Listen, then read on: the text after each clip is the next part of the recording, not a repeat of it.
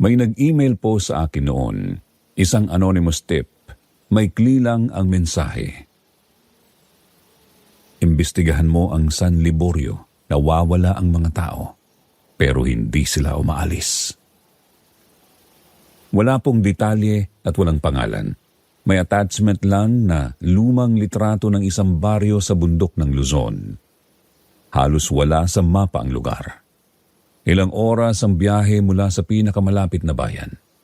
Kailangan pang maghabal-habal papasok sa makitid na daan na napapalibutan ng makakapal na puno. Habang papalapit kami ng driver sa hangganan ng kagubatan, napansin kong nawawala na ang signal ko. Isang bar hanggang sa tuluyang mawala. "Sir, hanggang dito na lang po ako," sabi ng driver. "Hindi po ako pumapasok dyan paglampas 3:00 ng hapon." 2:00 pa lang noon, pero ramdam ko na agad ang bigat ng paligid. Pagpasok ko sa San Liborio, tahimik. Hindi yung normal na probinsyang tahimik, yung tipong parang may humihinga sa likod mo, pero paglingon mo, wala. May mga bahay, may mga kurtinang bahagyang gumagalaw. May usok na lumalabas sa ilang bubong, parang may nagluluto. Pero wala akong makitang tao sa daan. "Hello po!" sigaw ko habang naka-on ng kamera. Walang sumagot, hanggang sa may narinig akong yabag sa likod ko. Isang matandang lalaki ang nakatayo, mga 5 metro ang layo. Payat ito, nakasuot ng kupas na barong at maputla ang balat.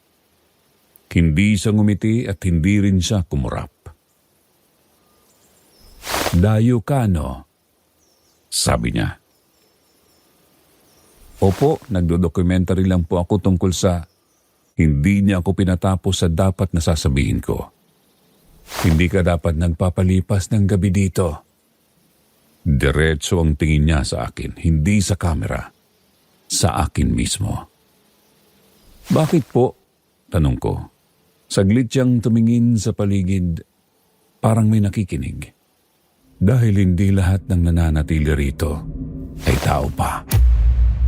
Pagkasabi niya noon, umalis siya ng dahan-dahan at hindi man lang lumingon. "Sir Jupiter, doon pa lang dapat umalis na ako. Pero hindi ako umalis dahil curious ako at dahil kailangan ko ng content. Nag-set up ako sa isang lumang bakanteng bahay malapit sa sentro ng baryo. May kama pa, may mesa at parang iniwan lang ng may-ari sandali at babalik din. Habang inaayos ko ang kamera ko, napansin ko ang oras. 4:17 p.m. Pagtingin ko ulit matapos mag-ayos ng tripod, 6:53 p.m. na. Hindi ko maalala kung anong ginawa ko sa loob ng halos 2 oras. Wala ring recording ang kamera ko sa pagitan ng oras na yun. At walang file. Wala namang glitch, para bang nabura. Bandang dapit hapon, narinig ko ang unang bulong. Mahina at parang hangin lang, pero malinaw ang isang salita. "Sumama ka." Tumayo ang balahibo ko. Lumabas ako ng bahay para tingnan kung may tao. Wala. Pero sa loob ng isang bahay sa tapat may nakita akong anino sa bintana. Gumagalaw, parang may taong naglalakad sa loob. Lumapit ako at binuksan ko ang pinto. Walang tao, pero mainit ang hangin sa loob at may nakahain na pagkain sa mesa at bagong luto. Sir Jupiter, habang tumatagal ang gabi, napansin kong hindi na ako makaalis ng baryo. Sinubukan kong tahakin ang daan palabas. Diretso lang ang lakad ko. Wala akong liko, pero makalipas ang 10 minuto na sa gitna ulit ako ng baryo. Sa harap ng simbahan, yung simbahan na kanina ay sarado at may kalawangin na kandado, biglang bahagyang nakabukas ang pinto. At mula sa loob, may marahang tunog ng kampana. At doon ko naramdaman, Sir Jupiter, na hindi ako ang nag-iimbestiga sa baryong yon. Ako ang iniimbestigahan nila. Habang nag-iikot ako sa baryo ng San Liborio, unti-unti kong nararamdaman na may mali. Hindi agad halata. Hindi sa biglang takot na sisigaw ka. Hindi sa biglang takot na sisigaw ka. Mas tahimik siya. Mas mabigat at parang may nakatingin sa'yo kahit wala ka namang nakikita. Tuwing dapit hapon may naririnig akong bulungan. Hindi siya galing sa iisang direksyon. Parang sabay-sabay silang nagsasalita pero mahina lang. Parang hangin na may dalang salita. Una inisip ko baka mga dahon lang o mga sanga ng puno na nagkikiskisan. Pero habang tumatagal, mas malinaw ko siyang naririnig. Dito ka lang. Huwag ka munang umalis. Sumunod ka. Sir Jupiter, hindi ko maintindihan kung lalaki ba o babae ang boses. Minsan parang matanda, minsan parang bata. Ang mas nakakakilabot, kapag nilalapitan ko kung saan ko narinig ang bulong, bigla itong tumitigil, tapos lilipat sa likod ko. Isang beses may narinig akong parang may tumatawa ng mahina na parang pinipigilan. Paglingon ko sa likod ko, wala naman. Pero pagharap ko ulit, may anino sa bintana ng isang bahay. Kita ko talaga, Sir Jupiter, may gumalaw sa loob. Hindi ko makita ang mukha, anino lang pero malinaw na may tao. Naka-on ang kamera ko noon. Sabi ko sa sarili ko, buti na lang may proof. Lumapit ako sa bahay. Bagyang bukas ang pinto. Itinulak ko. Umingit pa ang bisagra. Walang tao sa loob. Walang alikabok na natapakan at walang bagong bakas ng paa. Pero may upuan na bahagyang umaalog. Parang may kakaupo lang. Paglabas ko, sinilip ko agad ang camera footage. Walang anino at walang gumalaw sa bintana. Ako lang ang nakatayo sa labas, nakatingin sa salamin. Doon ako unang kinabahan ng todo. Hindi dahil may multo, kundi dahil baka ako lang ang nakakakita. Sa gitna ng baryo, may simbahan, luma at maliit. Yero ang bubong at may malaking krus sa taas. Sarado ang pinto at may kandadong kalawangin. Mukhang matagal nang hindi nabubuksan. Pero kahit sarado, pakiramdam ko may tao sa loob. May mga kandila sa harap ng pinto. Hindi sindi pero bagong lagay at hindi pa tunaw. Habang nag-iikot ako sa paligid, may nakita kong lumang silid sa likod ng simbahan. Parang opisina dati. Doon ako nakakita ng ilang papeles at lumang notebook. Basa na ang iba, pero may nababasa pa. May mga petsa na 1986, 1987, 1988. May paulit-ulit na salita. Proteksyon, kapayapaan, at kapalit. Ayon sa nabasa ko, noong dekada 80 daw, may sakit na kumalat sa baryo. Maraming nagkasakit, may mga namatay. Walang tulong na dumating agad dahil liblib ang lugar. Kaya may ilang residente raw na nagpasya ng gumawa ng ritual para protektahan ang baryo. Walang detalyadong paliwanag kung ano ang ginawa nila. Pero may isang linya na tumatak sa isip ko. Simula nang ialay ang isa, tumahimik ang lahat. Hindi ko alam kung anong ibig sabihin ng ialay ang isa. Pero pagkatapos ng petsang yon, nag-iba ang sulat kamay sa notebook. Mas magulo at mas parang nagmamadali. May kapalitang katahimikan, hindi pwedeng wala. At sa bawat paglipas ng panahon, may kailangang manatili. Sir Jupiter, habang binabasa ko yon, pakiramdam ko may nakatayo sa likod ko. Ramdam ko ang hininga sa batok ko. Paglingon ko, wala naman.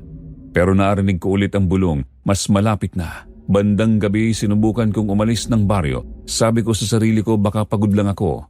Baka naiisip ko lang lahat. Tinahak ko ang daan na dinaanan ko kanina papasok. Isang diretso lang na kalsada. Walang liko, walang sangang daan. Naglakad ako ng 10 minuto. Sigurado akong tama ang direksyon ko. Pero pagangat ko ng tingin ko, nasa harap ulit ako ng simbahan. Hindi ako tumakbo at hindi ako lumiko. Dire-diretso lang ako. Sinubukan ko ulit, mas mabilis na lakad at mas mahaba, pero ganoon pa rin. Pabalik-balik ako sa sentro ng baryo, parang ayaw akong paalisin. Doon na ako kinabahan ng sobra. Bumalik ako sa tinutuluyan kong bahay at chinek ko ang kamera ko. 4:12 p.m. ang huling tanda ko. Pagtingin ko sa oras ng phone ko, 9:47 na. 5 oras ang nawala. Wala akong maalala, wala ring recording sa camera. May mga file bago mag 4 p.m. Tapos ang kasunod na file, 9:45 p.m. na. 2 minuto bago ko ito tiningnan. At ang mas nakakatakot, Sir Jupiter, may isang video file na hindi ko maalala na kinunan ko. Binuksan ko, madilim ang paligid, mukhang loob ng simbahan. Naririnig ang mahinang kampana, tapos may boses. Boses ko. Handa na po ako. Hindi ko maalala na sinabi ko yun. Hindi ko maalala na pumasok ako sa simbahan. Pero malinaw ang mukha ko sa video. Nakatayo ako sa harap ng altar at parang may mga tao sa likod ko. Hindi gumagalaw. Nakatayo lang, hindi kita ang mukha nila dahil madilim. Pero sigurado ako, Sir Jupiter, hindi ko yun kinunan nang may malay ako. Doon ko naisip, baka hindi lang nila ako pinipigilan umalis, baka unti-unti nila akong sinasama. At habang tumatagal ako sa baryo, parang may nawawala sa akin. Hindi lakas, hindi memorya lang. Parang parte ng sarili ko. Parang may hinihintay silang oras. At pagdating ng tamang gabi, ako na ang susunod na iaalay, Sir Jupiter. Doon ko na-realize na baka hindi nawawala ang mga tao sa San Liborio, baka sila ang pinipiling manatili at baka pag nagpalipas ka ng gabi roon, hindi ka na talaga makakaalis. Hindi ko alam kung anong oras na noon. Wala na ring signal ang phone ko at patay na rin ang internet. Nakahiga ako sa kama sa lumang bahay na tinutuluyan ko. Hindi ako makatulog ng maayos. Parang may bigat sa dibdib ko. Parang may hinihintay ang gabi. Tapos narinig ko, kampana. Isang beses, malinaw, hindi mahina at hindi rin malakas. Sakto lang para magising ka. Akala ko panaginip lang. Umupo ako sa kama, tahimik ulit. Tapos tumunog ulit, 2 beses, galing sa simbahan at sigurado ako. Tumayo ako, nanginginig ang tuhod ko pero hindi ko alam kung bakit hindi ako natakot agad. Mas nangingibabaw ang pakiramdam na kailangan kong pumunta doon, parang may humihila sa akin. Paglabas ko ng bahay, iba ang hangin. Mas malamig at mas tahimik. Wala akong marinig na kuliglig, wala ring aso. Parang wala talagang buhay sa baryo.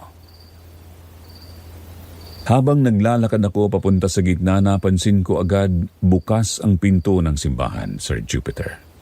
Kanina lang may kandado yon. Kalawangin, hindi basta mabubuksan. Pero ngayon nakabukas. Dahan-dahang gumalaw ang pinto dahil sa hangin. At umiingit pa.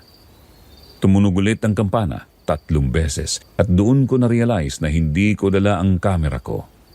Hindi ko alam kung bakit hindi ko kinuha.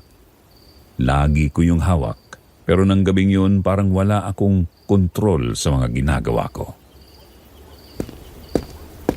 Lumapit ako sa pinto. Madilim sa loob pero may kaunting ilaw mula sa kandila sa altar. At doon ko sila nakita. Lahat ng residente nakaluhod, magkakatabi at hindi gumagalaw. Nakatalikod sa pinto at nakaharap sa altar. Sir Jupiter, hindi sila gumagalaw kahit konti. Wala akong marinig na paghinga. Wala ring ingay ng damit na kumikiskis. Parang mga estatwa. Gusto kong tumakbo at gusto kong bumalik sa tinutuluyan ko pero hindi ako makagalaw. Parang may pumipigil sa paa ko. Hello po, mahina akong sabi. Walang sumagot, pero sabay-sabay silang bahagyang gumalaw. Hindi tumayo, hindi lumingon.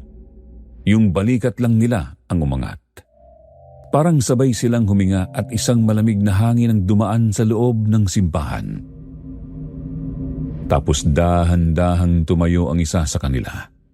Nasa pinakalikod siya, mga 3 metro lang ang layo sa akin. Dahan-dahan siyang umikot, hindi niya minadali. Parang alam niyang wala naman akong pupuntahan. Pagharap niya sa akin, Sir Jupiter, wala siyang mata. Hindi duguan, hindi butas, parang walang laman ang parte kung saan dapat may mata. Patag lang, makintab at parang balat na tinakpan ng lahat. Wala ring emosyon ang mukha niya. At nakatingin sa akin kahit wala siyang mata, doon ako napaatras.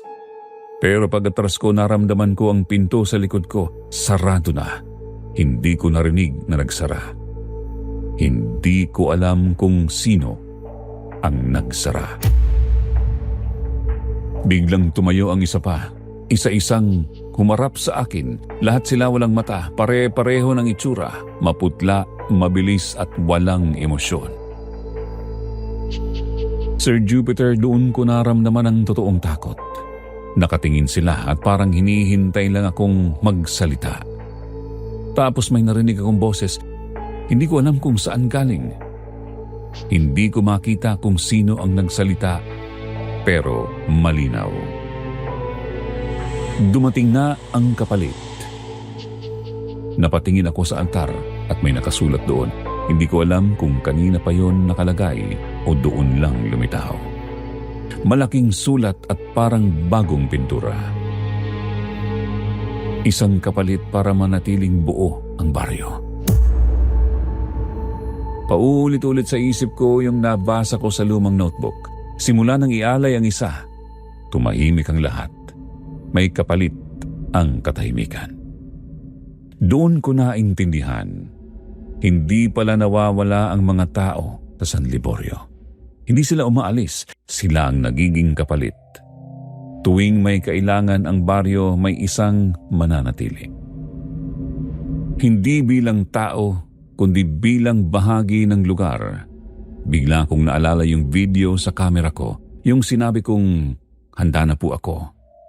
Hindi ko maalala na sinabi ko yun. Pero ngayon habang nakatayo ako sa loob ng simbahan, parang may pumipilit sa akin na sabihin ulit. Hindi ako papayag. Mahina akong sabi. Pero habang sinasabi ko yon, parang may bumubulong sa loob ng ulo ko. Manatili ka. Protektahan mo sila. Kapayapaan, kapalit ng isa. Unti-unting lumalapit sa akin ang mga residente. Hindi mabilis, hindi agresibo. Dahan-dahan lang at parang alam nilang wala akong takas. Pagtingin ko sa paa ko parang mabigat. Hindi ako makatakbo at hindi rin ako makasigaw. Yung unang humarap sa akin, yung walang mata, inabot niya ang kamay ko. Malamig, hindi parang kamay ng buhay na tao pero hindi rin parang bangkay, parang bato. Pagdikit ng balat niya sa balat ko, may dumaan na lamig sa buong katawan ko, tapos bigla kong narinig ang kampana ulit. At sa bawat tunog ng kampana may pakiramdam na may nawawala sa akin. Parang may kumukuha ng parte ng isip ko. Parang may kumukuha ng alaala. Unti-unting nagiging malabo. Sir Jupiter, akala ko doon na talaga matatapos ang lahat para sa akin. Nakahawak sa kamay ko yung lalaking walang mata. Malamig ang balat niya. Habang tumutunog ang kampana, pakiramdam ko may hinihila palabas sa ulo ko. Mga alaala ko ng pagkabata. Mukha ng nanay ko. Unang beses kong humawak ng kamera, parang binubura. Isa-isa. Doon ako nagising. Hindi literal na nagising pero may kung anong pumasok sa isip ko. Journalist ako, Sir Jupiter. Sanay akong mag-obserba kahit takot. Habang hawak niya ako, napansin ko na may kakaiba sa paligid. Hindi lahat ng residente pantay ang kilos. May ilan na parang nanginginig ang balikat. Parang may lumalaban pa sa loob nila. At may napansin pa ako. Sa altar sa likod ng malaking krus may lamat ang pader. Manipis lang, pero kita ko. Parang may nakatagong espasyo sa likod. Hindi ko alam kung saan ako kumuha ng lakas pero hinigpitan ko ang hawak sa kamay ng nilalang. Hindi para sumuko, kundi para hilahin siya. Naggulat siya, ramdam ko yon sa biglang paghigpit ng mga daliri niya. Hindi ako kapalit, sabi ko. Hindi malakas pero malinaw. Tumunog ulit ang kampana. Imbis na manatili, bigla akong kumawala. Hindi ko alam kung paano ko nagawa, parang saglit silang natigilan. Siguro dahil hindi pa ako tuluyang napapasok sa kung anong ginagawa nila. Diretso akong tumakbo papunta sa altar. Narinig ko ang sabay-sabay nilang yabag sa likod ko. Hindi mabilis pero sapat para maramdaman mong malapit na sila. Tinulak ko ang bus. Mabigat pero gumalaw. Sa likod nito may maliit na silid, parang lumang imbakan. May kahoy na mesa sa gitna at may nakapatong na lumang kahon. Hindi ko na naisip kung ano pa ang mangyayari. Binuksan ko ang kahon. May nakita kong mga lumang papel, rosaryo at isang maliit na bote na may lamang abo. Sa ilalim ng kahon may nakasulat sa kahoy. Kapag nais tapusin, ibalik ang unang inalay. Hindi ko agad naintindihan pero naalala ko ang notebook noong 1986. Simula ng ialay ang isa. Ibig sabihin may unang taong ginamit nila para magsimula ng ritual. Napatingin ako sa bote ng abo. Hindi ko alam kung bakit pero pakiramdam ko yun. Nasa likod ko na sila. Ramdam ko ang malamig nilang presensya. Hindi ko na sila kailangang lingunin para malaman na nakapaligid na sila. Manatili ka. Sabay-sabay nilang bulong. Pero may naalala ako, Sir Jupiter. Sa video na nakita ko sa Camp Crame, may kampana at may linya akong sinabi. Handa na po ako. Siguro kailangan nating marinig yun para tuluyang makuha ako. Siguro may proseso. Kung may proseso, may paraan para sa akin. Kinuha ko ang bote at tumakbo palabas ng maliit na silid. Dumiretso ako sa gitna ng simbahan sa ilalim mismo ng kampana. Huminto sila, nakapaligid lang, hindi lumalapit. Handa na po ako, sabi ko ulit. Ramdam ko ang paggalaw nila. Parang natuwa. Handa na po ako na tapusin ito. At bago pa sila makalapit, binuhos ko ang abo sa sahig. Hindi ko alam kung tama ang ginawa ko, pero pagdikit ng abo sa lupa, biglang umihip ang malakas na hangin sa loob ng simbahan. Namatay ang mga kandila. Nagsimulang umugong ang kampana ng mag-isa, sunod-sunod. Napahawak sila sa ulo nila. Hindi sila sumigaw pero nanginginig ang buong katawan nila, parang may humihiwalay sa kanila. May narinig akong isang sigaw, isang boses na iba sa kanila, mas matanda at mas galit. Tapos biglang nabasag ang isa sa mga bintana ng simbahan. Pumasok ang malamig na hangin mula sa labas. Isa-isa silang bumagsak sa sahig. Hindi patay pero parang nawalan ng lakas. Ang lalaking unang humawak sa akin yung walang mata, napaluhod. Unti-unting may lumitaw na itim sa parte ng mukha niya, parang anino na umaalis. At habang umaalis yun, unti-unting bumabalik ang mga mata niya. Totoong mata, namumula at puno ng takot. Anong ginawa mo? Mahina niyang sabi. Hindi ko siya sinagot, hindi ko rin alam ang eksaktong ginawa ko, pero alam kong may naputol. Tumigil ang kampana at doon tumahimik. Wala nang bulong at wala nang hangin na may dalang salita. Unti-unting nagiba ang pakiramdam ng paligid. Hindi na mabigat at hindi na parang may nakamasid. Napatakbo ako palabas ng simbahan. Hindi ko na inintindi kung ano ang mangyayari sa kanila. Hindi ko alam kung babalik ba sila sa dati o tuluyan nang mawawala. Ang alam ko lang, kailangan kong umalis. Pinahak ko ulit ang daan palabas ng baryo, Sir Jupiter. Kinakabahan ako dahil baka bumalik na naman ako sa gitna. Pero hindi. Pagkalipas ng ilang minuto, nakita ko ang bukana ng kagubatan, yung lugar kung saan ako iniwan ng driver. May signal na ulit ang telepono ko. Hindi ko na nilingon ang San Liborio. Pagdating ko sa bayan, bagsak ang katawan ko. Parang ilang araw akong walang tulog. Pag-check ko sa petsa ng phone ko, 2 araw na palang lumipas. Akala ko isang gabi lang. Hindi ko agad inilabas ang documentary. Sa totoo lang, wala rin akong gaanong footage. Marami ang nawawala. Yung video sa loob ng simbahan, wala na. Pati yung file na may handa na po ako, nabura. Parang hindi nangyari. Lumipas ang ilang buwan bago ako nagkaroon ng lakas ng loob na balikan ng lugar. Hindi mag-isa, may kasama akong kaibigan. Photographer siya at sanay din sa fieldwork. Hindi ko sinabi lahat ng detalye. Sabi ko lang may lugar akong gustong i-check ulit. Bumalik kami sa parehong bayan. Naghanap ako ng driver na pwedeng maghatid sa amin sa dating daan. Pero nagtataka sila. Anong San Liborio? Tanong ng isang matandang tricycle driver. Ipinaliwanag ko ang lokasyon.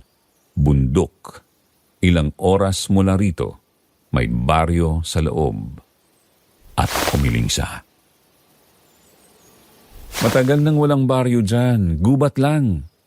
Hindi ako nakumbinsi. Naglakad kami ng kaibigan ko papunta sa direksyon na tanda ko. Hindi na kasing linaw ang daan. Mas makapal ang mga puno. At nang marating namin ang lugar kung saan dapat may bukana papasok sa baryo, Sir Jupiter, puro gubat. Walang bakas ng bahay, walang simbahan, at walang daan.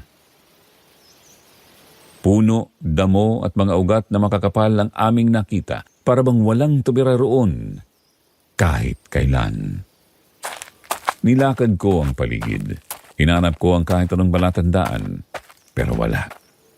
Tahimik ang gubat, pero normal na tahimik. Tiningnan ako ng kaibigan ko. Sigurado ka ba na di tayo naliligaw? Hindi ako agad nakasagot. Sigurado ako sa naranasan ko, pero sa harap ko, walang ebidensya. Kaya hanggang ngayon, hindi ko alam kung napalaya ko ba talaga sila o kung tuluyan na silang naging bahagi ng lupa. Ang alam ko lang, nakalabas ako. At lagi kong ipinapaalala sa sarili ko, nakalabas na ako at hindi na ako babalik mag-isa. Wait lang mga ka-SB, huwag aalis. May kasunod pang kwento na tiyak kong magugustuhan nyo rin. Let's go!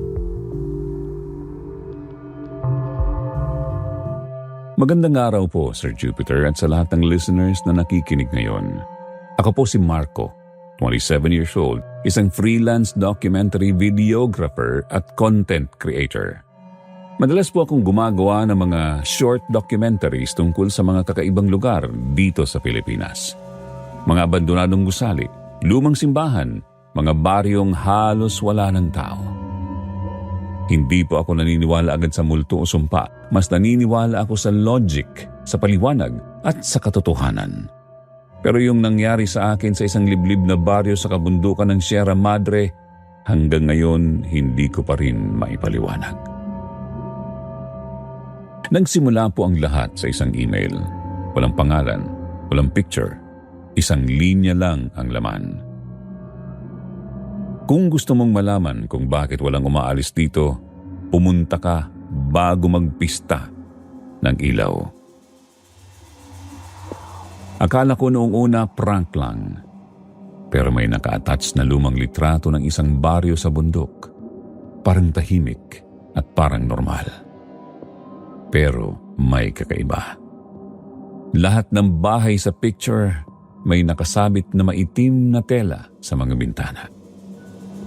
Na-curious ako, Sir Jupiter. Alam niyo naman po, kapag may misteryo, doon ako mas naiengganyo. Pagkatapos ng ilang araw na pagre-research, nalaman ko na may maliit ngang komunidad sa isang malayong bahagi ng Sierra Madre na bihira raw pasukin ng tagalabas. Halos walang signal, walang usual tourist maps. May pista raw sila na tinatawag na pista ng ilaw. Pero walang malinaw na detalye kung ano talaga yon. Kaya nagdesisyon akong pumunta.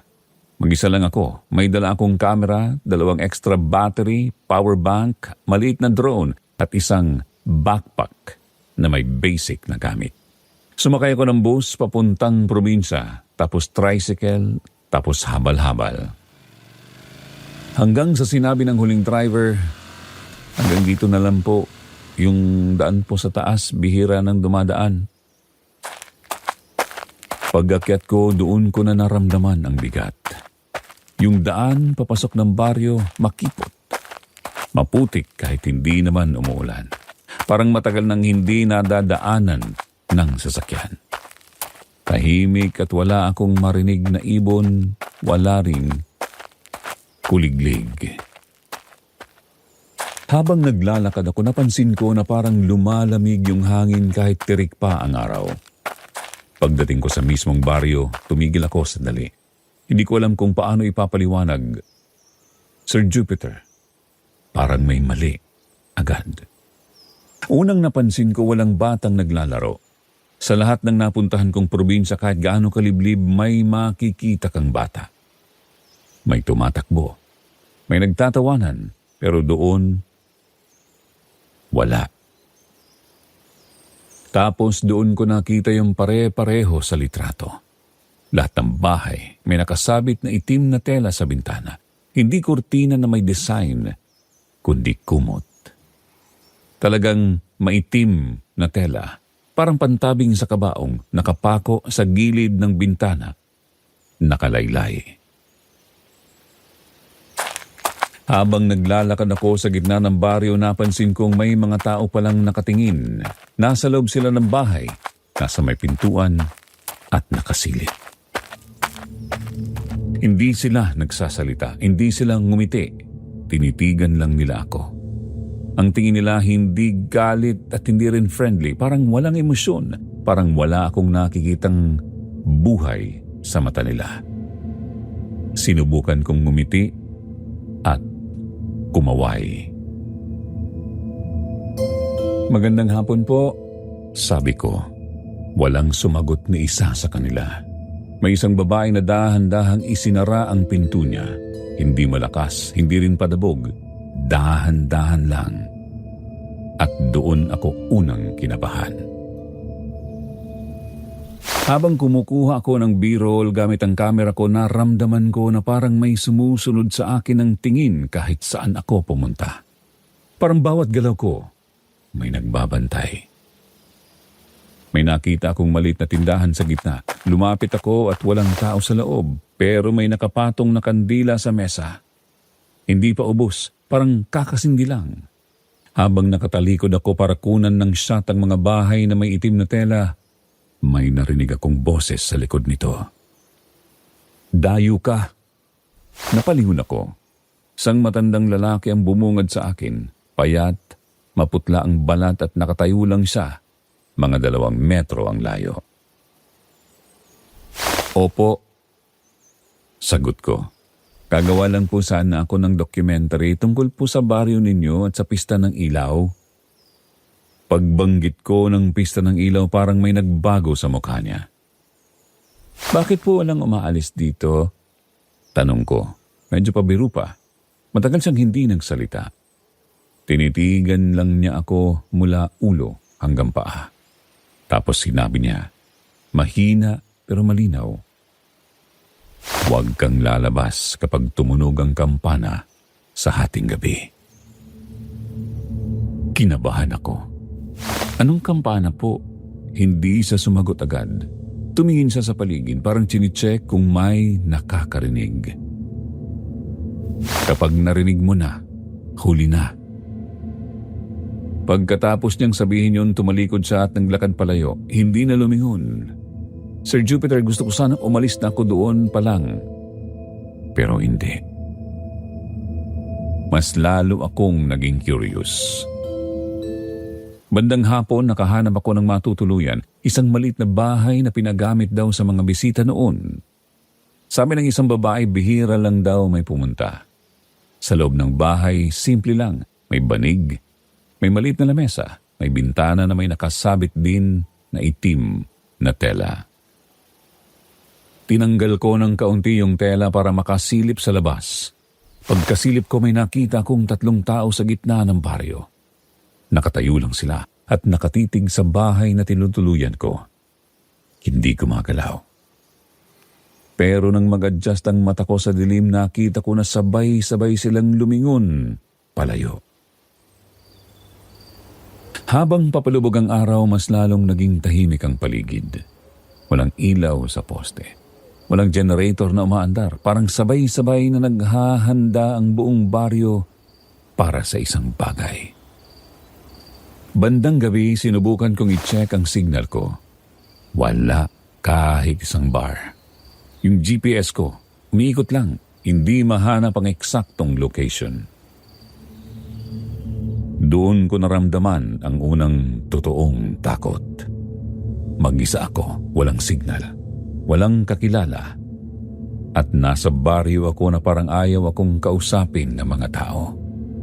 Bago ako matulog, naalala ko yung sinabi ng matandang lalaki. Huwag kang lalabas kapag tumunog ang kampana sa hating gabi. Tumingin ako sa oras.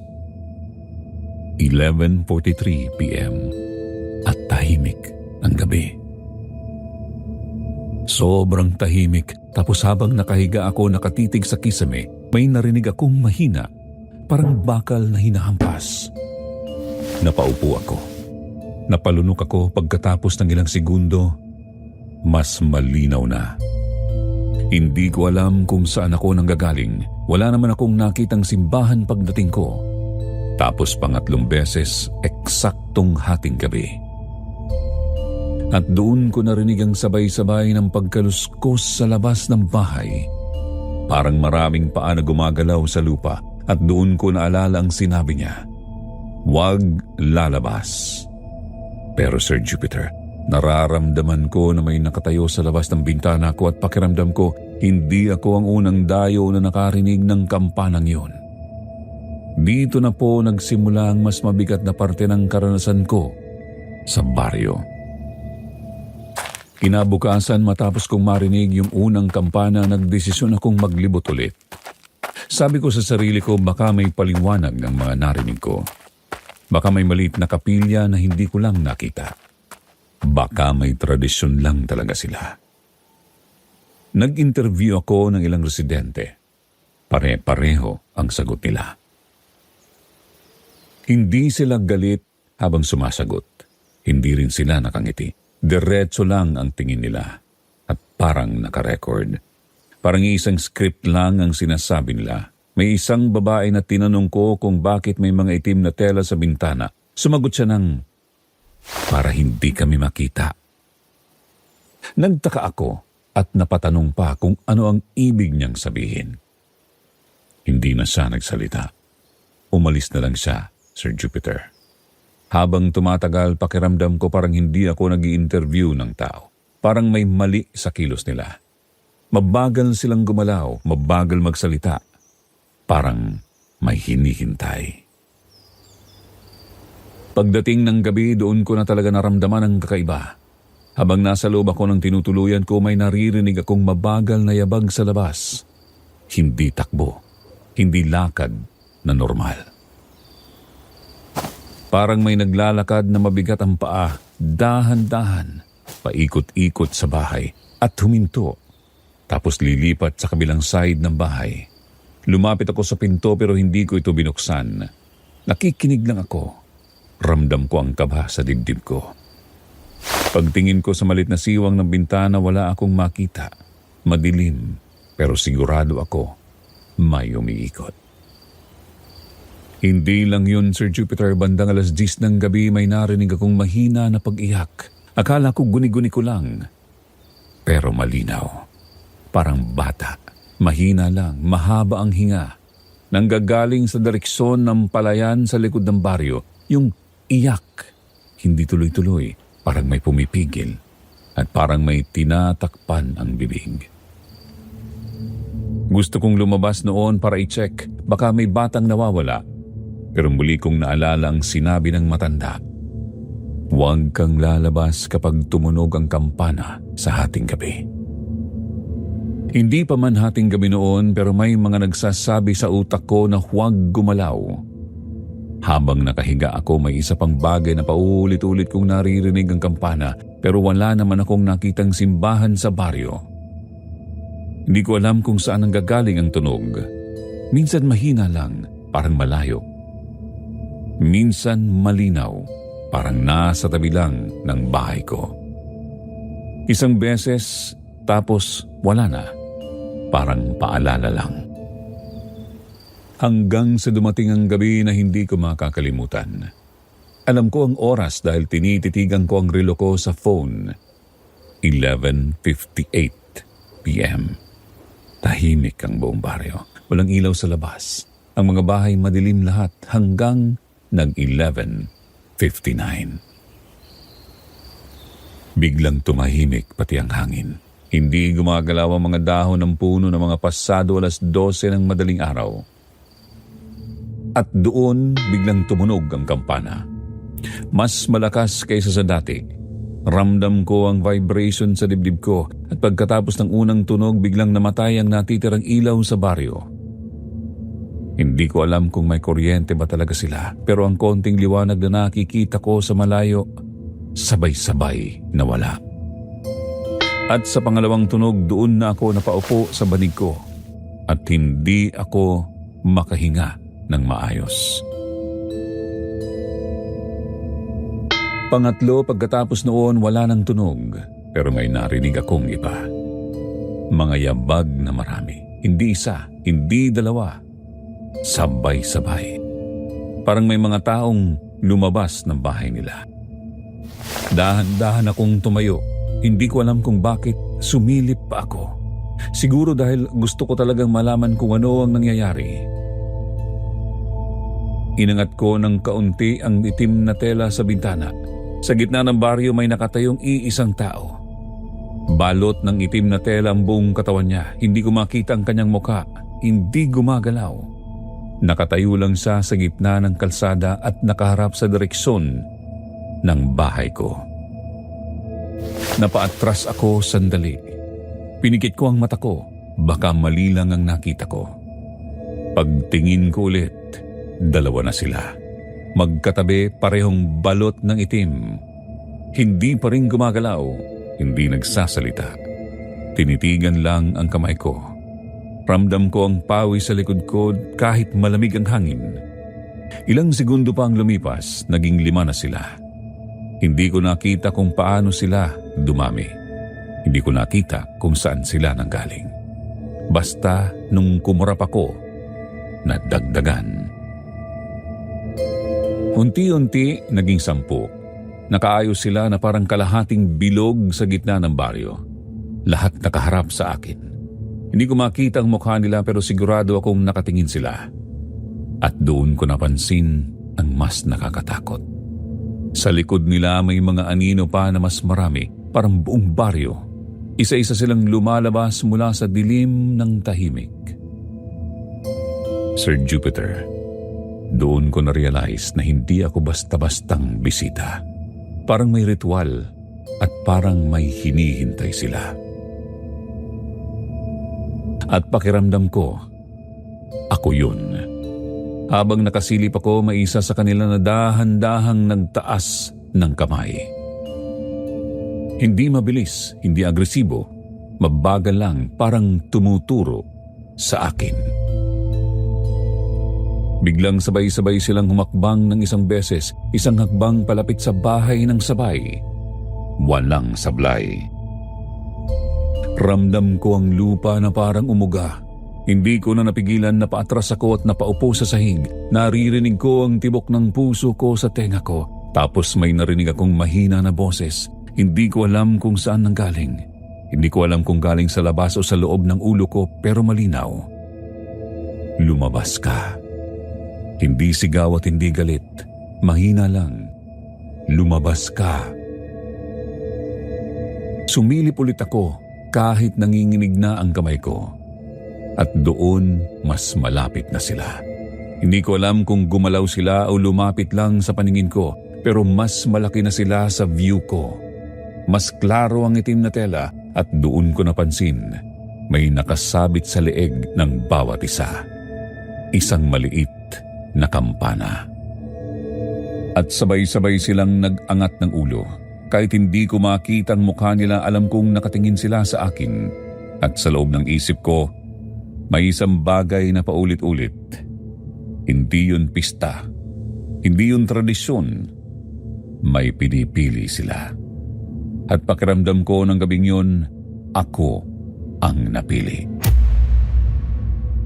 Pagkatapos ng gabing nakita ko ang mga taong balot ng itim na tela, hindi na ako nakatulog. Umaga na nang sumikat ang araw. Pero parang walang nangyari sa baryo. Normal ulit ang lahat. May ilang tao na nagwawalis. May naglalakad papuntang palayan, pero parang walang nakakaalala sa nangyari kagabi. Tiningnan ko ang gitna ng baryo kung saan sila nakatayo. Walang bakas at walang yapak. Walang kampana, parang guni-guni ko lang. Pero alam kong hindi. Dahil may video ako.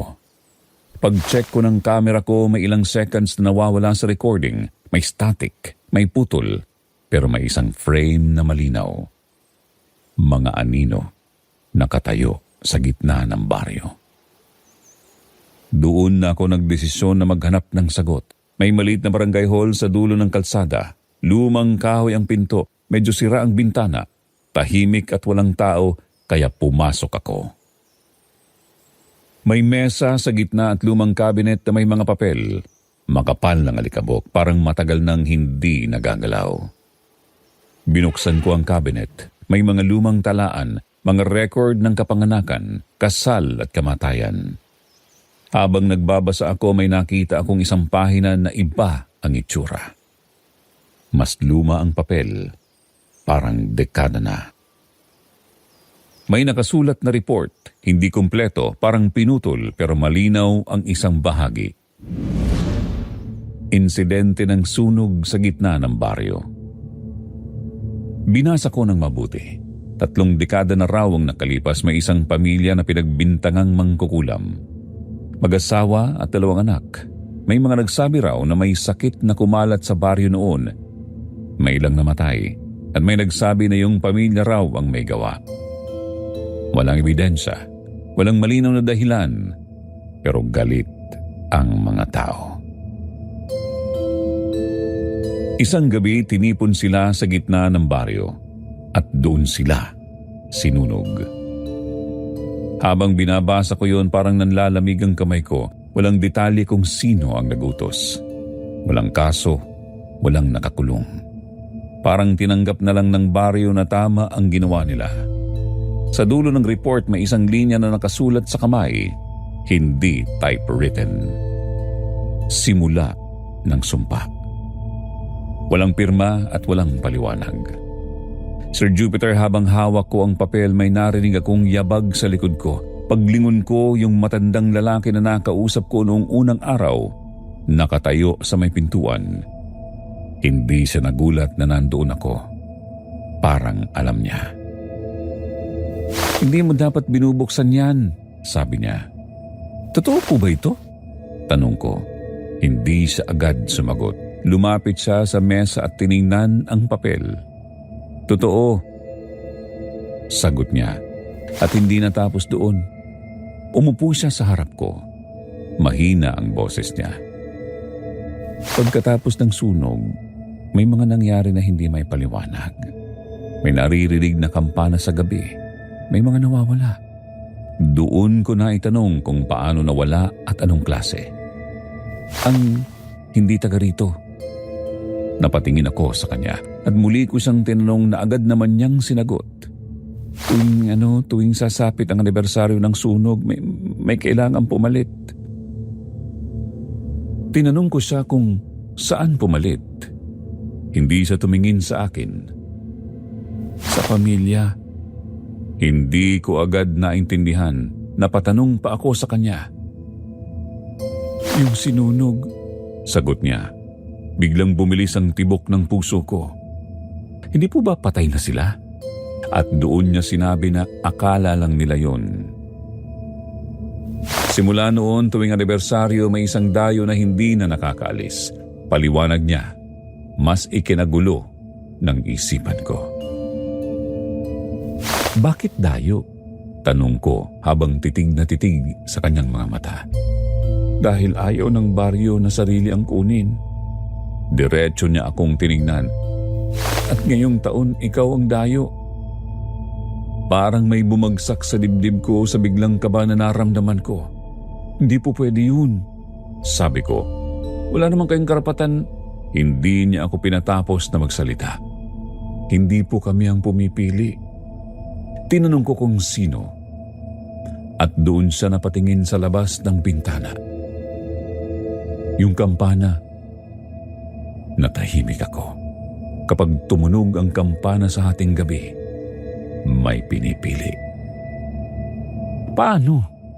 Hindi po namin alam. Basta kinabukasan nawawala na ang napili. Napakunot noo ako at hindi makapaniwala. Saan sila napupunta? Tanong ko halos pabulong. Sa gitna. Kaagad akong nagtanong, anong gitna? At doon niya sinabi sa akin sa gitna kung saan sila nasunog. At doon bigla kong naalala ang lugar sa gitna ng baryo. Ang eksaktong pwesto kung saan ko nakita ang mga taong balot ng itim. Bakit hindi kayo umaalis? Tanong ko at doon niya ipinaliwanag na sinubukan nila pero bumabalik sila at hindi ko alam kung paano yun posible.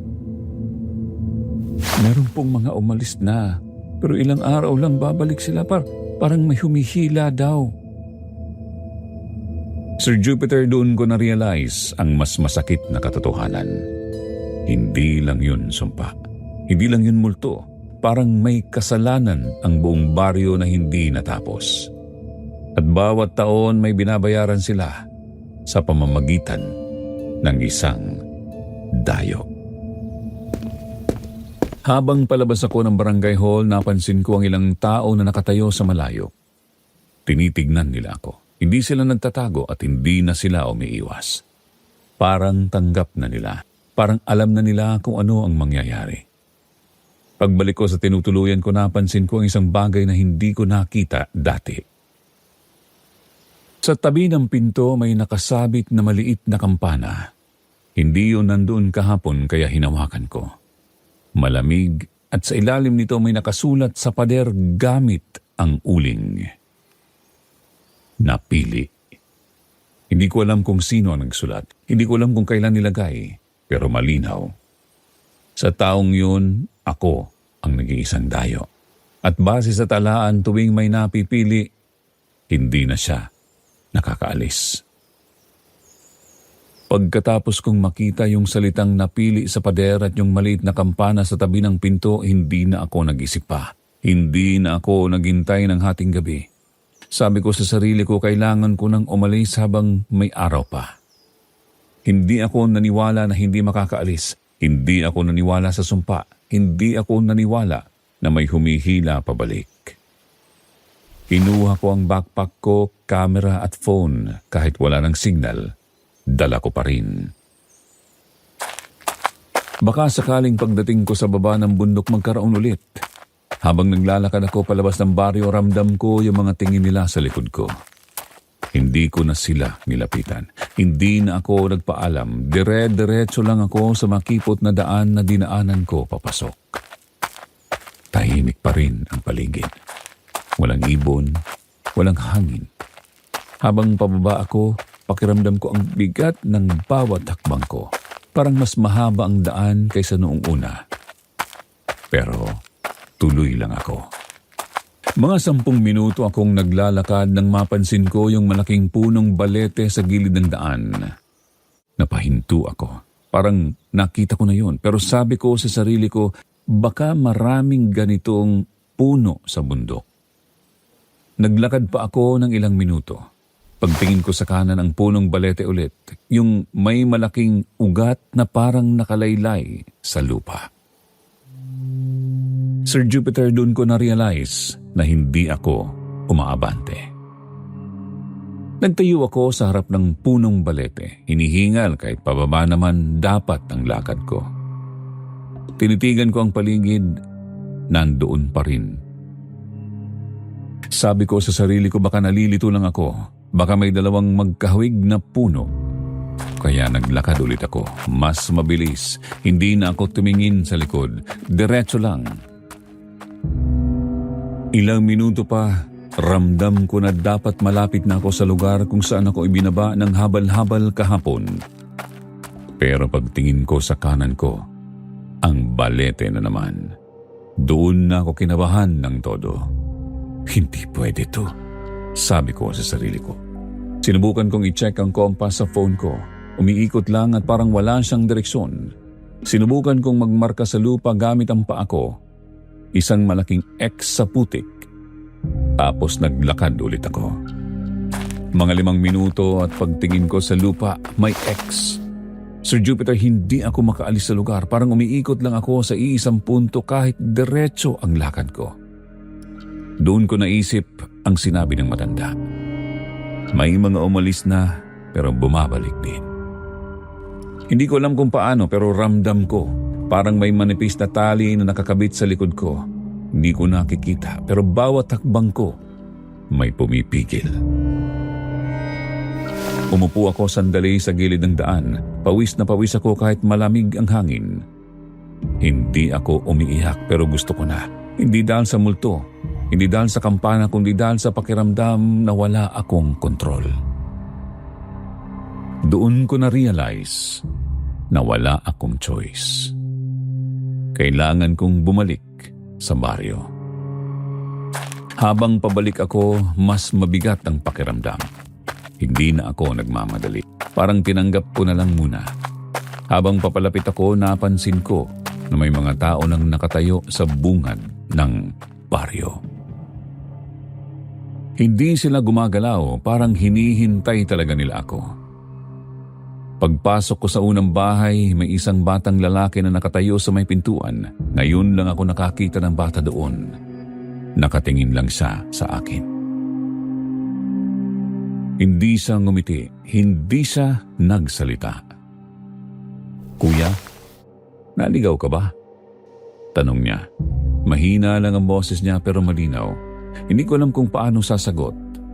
Tumango na lang ako. Naniligaw po. Tumingin siya sa gitna ng baryo tapos sa akin ulit. Bumabalik talaga, sabi niya. Parang normal lang sa kanya at parang alam na niya. Pagdating ko sa tinutuluyan ko, bukas ang pinto. Sigurado akong sinara ko yun bago ako umalis. Sa loob, maayos pa rin ang gamit ko. Walang gulo, pero maliit na kampana sa tabi ko. Pero yung maliit na kampana sa tabi ng pinto, wala na sa pagkakasabit. Umupo ako sa banig at hinawakan ko yung kampana. Hindi ko alam kung ano ang gagawin ko. Gusto kong sirain at gusto kong itapon pero natatakot akong baka mas lumala. Bandang hapon, bumalik ang matandang lalaki. Hindi na siya kumatok. Pumasok lang siya at umupo sa tapat ko. Sinubukan mo, sabi niya. At syempre tumango ako. Tahimik siya sandali tapos tumingin siya sa kampana sa mesa. Ngayong gabi, sabi niya, doon ako napatingin sa kanya. Ano pong mangyayari ngayong gabi? Hindi siya agad sumagot. Kapag tumunog ulit at kung tatawagin ka. Napakunot noo ako at tapos nagpatuloy siya. Kapag sumagot ka. Mas lalo akong kinabahan dahil sa pahinto-hinto niyang pagsasalita.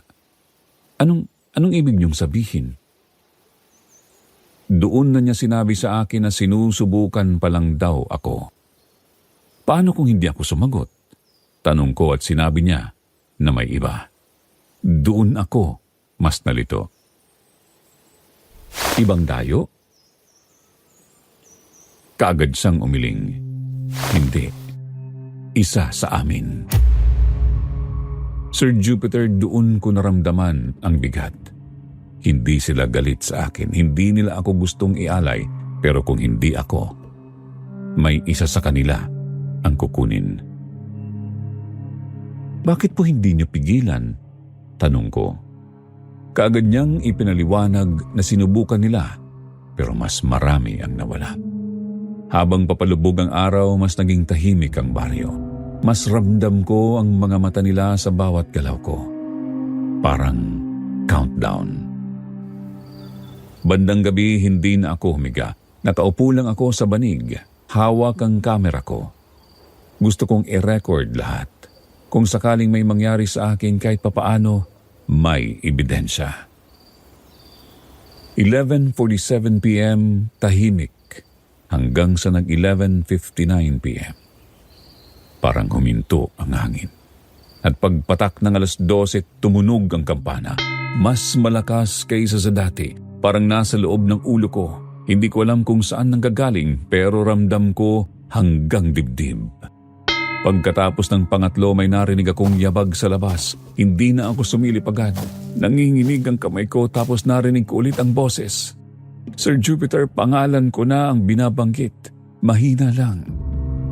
Pinikit ko ang mata ko at hindi ako sumagot. Sa labas, may kaluskos. Parang may humahakbang palapit sa pinto ng dahan-dahan. Tumingin ako sa pinto. Hindi pa siya bumubukas. Pero alam kong may nakatayo sa kabila. Hindi ko alam kung ilang segundo ang lumipas. Parang ang tagal tapos biglang may ibang tunog ng pag-iyak. Yung iyak na narinig ko sa palayan at mas malakas. Parang bata na takot na takot. Doon ako napadilat. Hindi ko alam kung totoo o hindi. Hindi ko alam kung niloloko lang ako ng isip ko. Pero kung totoong may batang nahihirapan sa labas, paano kung totoo? Lumapit ako sa pinto. Isang hakbang na lang. Sa isip ko, kung lalabas ako baka matapos na. Baka ako na lang. Baka tigilan na nila ang baryo. Pero napaisip ako, paano kung hindi? Sir Jupiter, doon ako napahinto. Hindi dahil sa tapang, hindi dahil sa takot, kundi dahil may kumatok. Isang beses. Mahina. Hindi parang multo sa pelikula. Totoong katok, may tunog ng kuko sa kahoy. Tumingin ako sa kampana sa mesa. Tahimik na siya. Pero ang katok nandoon pa rin. At doon ko na-realize na hindi lang sila nasa gitna ng baryo, nasa mismong pinto ko na sila. Huminga ako ng malalim. Nilapit ko ang kamay ko sa doorknob at bago ko pa mahawakan biglang may bumulong sa likod ko. Wag! Hindi ko alam kung sino, hindi ko alam kung saan galing pero malinaw. Sir Jupiter, doon ako natigil. Hawak ang doorknob. Hindi ko alam kung kanino galing ang boses na yon. Hindi ko alam kung galing ba sa isa sa kanila o sa isip ko lang. Pero malinaw, sa labas tuloy ang katok. At doon ko naisip, baka hindi pinto ang dapat kong daanan. Hindi ko alam kung saan ko nakuha ang ideya pero bigla kong naalala ang bintana sa likod ng bahay, yung may itim na tela rin. Hindi ko pa nabubuksan yun simula nang dumating ako. Habang patuloy ang katok sa harap, dahan-dahan akong umatras mula sa pinto. Hindi ako gumawa ng ingay. Parang may instinct ako na kailangan tahimik lang. Ang iyak sa labas nawala na. Tahimik na ulit. Pero ramdam ko, nandun pa rin sila. Lumipat ako sa likod ng bahay. Inangat ko ng kaunti ang itim na tela. Madilim sa labas pero hindi ko nakita agad yung mga nakatayo kagabi sa gitna. Walang tao, walang anino, pero hindi ibig sabihin na wala na. Huminga ako ng malalim at binuksan ko ang bintana. Hindi siya maingay, parang matagal nang hindi nagagamit. Umakyat ako, hawak ang backpack ko. Naiwan ang kampana sa mesa, hindi ko na siya hinawakan. Pagkalabas ko, malamig ang hangin, mas malamig kaysa normal na gabi sa bundok. Hindi ako tumingin sa harap ng bahay, hindi ko na gustong makita kung sino ang kumakatok. Dumiretso ako sa likod papunta sa palayan kung saan ko narinig ang iyak dati. Habang naglalakad ako, ramdam ko ang lupa sa ilalim ng paa ko at totoo siya. Hindi panaginip, hindi hallucination, pero ang paligid parang iba. Hindi ko na marinig ang mga yabag, hindi ko na rin marinig ang kampana. Tahimik na parang walang tao sa baryo. Pagdating ko sa dulo ng mga bahay, napansin ko na wala ng ilaw kahit saan. Kahit konting liwanag mula sa loob ng bahay, wala. Parang patay ang buong lugar. Hindi ko alam kung anong oras na, pero pakiramdam ko hindi pa tapos ang gabi. Nakita ko sa unahan ang daan papunta sa makipot na trail na dinaanan ko pababa. Doon ako nagdesisyon. Kahit paulit-ulit ako sa Balete, sinubukan ko ulit, pero ibang ruta. Imbes na dumaan sa gitna ng baryo, dumaan ako sa gilid ng palayan, sa mas masukal na parte, kahit maputik, kahit madulas. Habang naglalakad ako, may narinig akong parang mahinang kalansing. Hindi malakas, parang maliit na kampana na gumagalaw kasabay ng hangin. Hindi ko alam kung totoo o imagination ko lang. Hindi ako lumingon at diretso lang ako. Ilang minuto akong naglalakad sa dilim. Ilang beses akong muntik matumba sa ugat ng puno, pero tuloy lang. Hindi ko na iniisip kung nasaan ako, basta ang goal ko lang makalayo. Hanggang sa napansin ko, wala na yung palayan. Wala na yung mga bahay at wala na ang kalsada. Sir Jupiter, nasa gitna na ako ng kakahuyan. Hindi ko alam kung kailan nagbago ang paligid. Hindi ko naramdaman na may transition. Isang hakbang, palayan pa. Sunod na hakbang, puro puno na. Huminto ako, inikot ko ang flashlight ng telepono ko. Puro puno, puro damo. Walang bahay, walang poste, at walang baryo. Akala ko naliligaw lang ako sa dilim. Baka lumihis ako ng sobra. Kaya naglakad ako pabalik sa direksyon na sa tingin ko ay baryo. Ilang minuto, wala pa rin. Puro kagubatan. Doon na ako kinilabutan ng sobra. Hindi dahil may multo, kundi dahil parang binura. Parang hindi nag-exist. At doon sumigaw ako. Hello? Walang sumagot, walang echo. Parang sinipsip ng gubat ang boses ko. Naglakad pa ako ng mas mabilis. Ilang minuto pa, may nakita akong makipot na daan na parang dinaanan ng motor. Medyo pamilyar, kaya sinundan ko yun. Pagkalipas ng ilang sandali, nakita ko yung lugar kung saan ako ibinaba ng habal-habal. Sir Jupiter, nandun ang kalsada. Nandun ang bukas na bahagi ng bundok. Pero paglingon ko sa taas kung saan dapat naroon ang baryo, puro kakahuyan na. Walang kahit ano pa na magpapakita na may komunidad doon. Umupo ako sa gilid ng daan. Hindi ko alam kung matutuwa ba ako o matatakot. Nakalabas ako, pero parang hindi ako galing sa totoong lugar.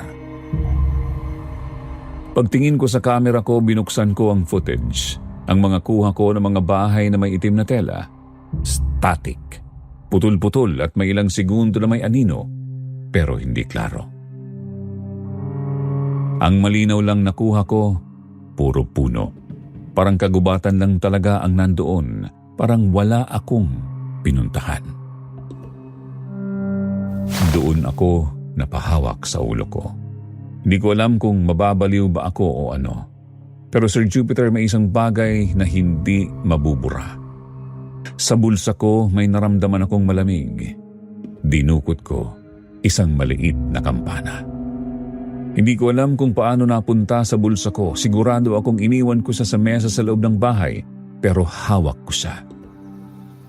At kahit umaga na, kahit maliwanag na ang paligid, nanginig siya ng kaunti sa kamay ko at may napakahinang tunog. Isang beses, parang paalala. Doon ko naintindihan na baka hindi talaga ako nakatakas. Baka pinayagan lang akong umalis. Hanggang ngayon, Sir Jupiter, hindi na ako bumalik sa bundok na yon. Sinubukan kong hanapin sa mapa, pero wala. Sinubukan kong balikan ng email. Deleted na at parang hindi nangyari. Pero minsan, kapag eksaktong 12:00 ng gabi, may naririnig akong mahina na kalansing sa kwarto ko. Hindi malakas. Saktong sapat para maalala ko ang baryo na nawala. At minsan naiisip ko kung may iba ba na nakatanggap ng email at kung may bagong dayo na naman na aakyat ng bundok. Hindi alam na pagdating niya roon, maaaring may baryo o maaaring kakahuyan lang. Hanggang dito na lang po ang ating kwento. Mga ka-SB, salamat sa inyong patuloy na pagsuporta at pakikinig dito sa aming channel. God bless you all hanggang sa susunod na kwento.